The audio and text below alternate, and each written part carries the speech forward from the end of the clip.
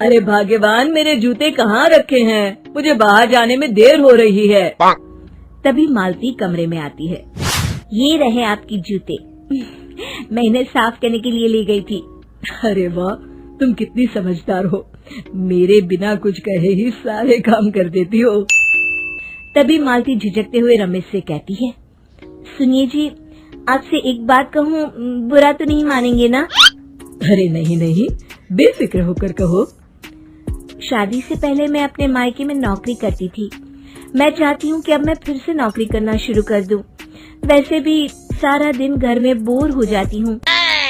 देखो मालती, तुम्हारे नौकरी करने से मुझे कोई ऐतराज नहीं है, लेकिन तुम्हें एक बात बता दूं, हमारे खानदान में आज तक कभी किसी औरत ने नौकरी नहीं की। फिर भी एक बार तुम माँ से पूछ कर देखो, अगर वो तुम्हें नौकरी करने की इजाजत दे देती है तो अच्छी बात है। रमेश वहाँ से चला जाता है। फिर उसी शाम मालती अपनी सास के पैर दबा रही होती है। तभी उसकी सास मालती से कहती है, अरे क्या बात है बहू, आज तो ठीक तरह से मेरे पैर नहीं दबा रही। किसी ख्याल में खोई पड़ी है क्या? मैं भी तो जानूं आखिर बात क्या है। दरअसल वो माँ जी। अरे हाँ हाँ बोलो, इतना सोच क्यों रही हो? माँ जी, अगर आप बुरा न माने तो मैं नौकरी करना चाहती हूँ। घर के काम करने के बाद मेरे पास काफी वक्त बच जाता है। मालती की ये बात सुनकर उसकी सास गुस्से में कहती है, अरे बहू, तेरी तबीयत तो ठीक है ना? आज ये कैसी बहकी बातें कर रही है? भला हमारे खानदान में आज तक कभी किसी औरत ने नौकरी की है जो तू नौकरी करने की बात कर रही है, हैं? अरे बहू, तू क्या रिश्तेदारी में हमारी नाक कटाना चाहती है? जितना जल्दी हो सके अपने दिमाग से नौकरी का भूत उतार दे, और अब जा, जल्दी से रसोई में जा, खाना बनाने का वक्त हो रहा है। मालती मन मार कर खाना पकाने के लिए रसोई घर में चली जाती है। अगले दिन, नमस्ते माँ जी, कैसी हैं आप? अरे आओ आओ दिवाकर बेटा, बैठो, मैं तुम्हारे लिए चाय मंगाती हूँ। बहू, जरा एक कप चाय तो लेती आना। फिर दिवाकर एक फाइल खोलकर मालती की सास के सामने रख देता है। ये देखिए माँ जी, ये है पिछले महीने का हिसाब और ये रहे मुनाफे के रुपए। एक बार हिसाब देख लीजिए और इन कागजों पर अपने दस्तखत कर दीजिए। अरे दिवाकर बेटा, मैंने भला आज तक कभी तेरा हिसाब देखा है जो अब देखूंगी? ला बता, कहाँ दस्तखत करूं? तभी मालती चाय लेकर वहाँ आ जाती है और अपनी सास को बिना कागजातों को पढ़े इस तरह लापरवाही से दस्तखत करते हुए देखकर हैरान रह जाती है। अच्छा माली, अब मैं चलता हूँ, फैक्ट्री में बहुत काम है। फिर दिवाकर वहाँ से चला जाता है। कुछ दिनों बाद मालती बाजार में कुछ सामान खरीद रही होती है। तभी एक बूढ़ा आदमी उसे आवाज देता है, अरे मालती बेटी, कैसी हो? मुझे पहचाना? मैं तुम्हारी कंपनी में मुनीम का काम करता हूँ। हाँ चाचा जी, मैं आपको बिल्कुल पहचानती हूँ। कहिए, कैसे हैं आप? मैं तो ठीक हूँ। कंपनी में कुछ भी ठीक नहीं चल रहा, यहाँ तक कि हमें ठीक वक्त पर तनख्वाह भी नहीं मिलती। ये आप क्या कह रहे हैं? अब क्या बताऊं, आप लोग तो कभी हिसाब किताब देखने दफ्तर आते नहीं।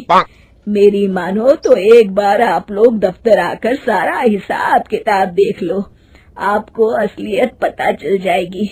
अच्छा बेटी, अब मैं चलता हूँ, देर हो रही है। फिर वो बूढ़ा वहाँ से चला जाता है। वहीं दूसरी तरफ मालती घर पहुंचकर अपनी सास को सारी बात बताती है। तभी वहाँ रमेश भी आ जाता है, लेकिन मालती की सास मालती की किसी भी बात पर विश्वास नहीं करती। तभी रमेश कहता है, अरे माँ, बिना आग के कभी धुआं नहीं उठता। जब मालती इतना कह रही है तो हमें एक बार दफ्तर चलकर देख लेना चाहिए।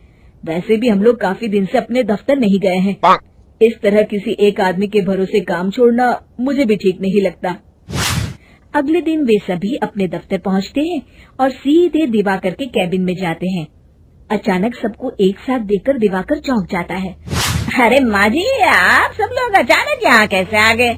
अगर कुछ काम था तो मुझे एक फोन कर दिया होता, मैं आपके घर आ जाता। तभी मालती की सास कहती है, अरे दिवाकर बेटा, आज मैं हिसाब देखने दफ्तर आई हूँ, जरा मुझे पिछले 6 महीनों का हिसाब दिखाना तो बेटा। दिवाकर घबराते हुए हिसाब की फाइल मालती की सास को देता है। मालती की सास फाइल लेकर मालती को देती है और कहती है, ले बहू, देख ले हिसाब। मालती फाइल को बड़े गौर से देखती है और अगले ही पल उसे सारी गड़बड़ी समझ में आ जाती है। वो अपनी सास से कहती है, माँ जी, मुनीम चाचा बिल्कुल सही कह रहे थे। हमारी कंपनी में पिछले 6 महीनों में जितना मुनाफा हुआ है, हमें उसका आधा पैसा भी नहीं मिला। यूँ समझ लीजिए कि 1 रुपये में सिर्फ चवन्नी ही हमारे हाथों में आई है। मालती की बातें सुनकर मालती की सास गुस्से से दिवाकर को पूछती है, क्यों दिवाकर, मेरी बहू जो कह रही है वो सच है? दिवाकर समझ जाता है आज उसका भांडा फूट चुका है। वो गिड़गिड़ाते हुए कहता है, मुझे माफ कर दीजिए माँ जी, मैं पैसों के लालच में अंधा हो गया था। अरे वाह दिवाकर, तू तो 1 नंबर का चोर निकला। इतने दिनों से मैं तुझ पर आंख बंद करके भरोसा करती रही और तू मुझे ही चुना लगाता रहा। अभी के अभी निकल यहाँ से और दोबारा अपनी शक्ल मत दिखाना। दिवाकर वहाँ से भाग जाता है। मालती की सास मालती को शाबाशी देते हुए कहती है, बहू, आज मैं समझ गई कि पढ़ाई लिखाई हमारी जिंदगी में कितनी जरूरी है। मैं बहुत किस्मत वाली हूँ जो मुझे तुझ जैसी बहू मिली है।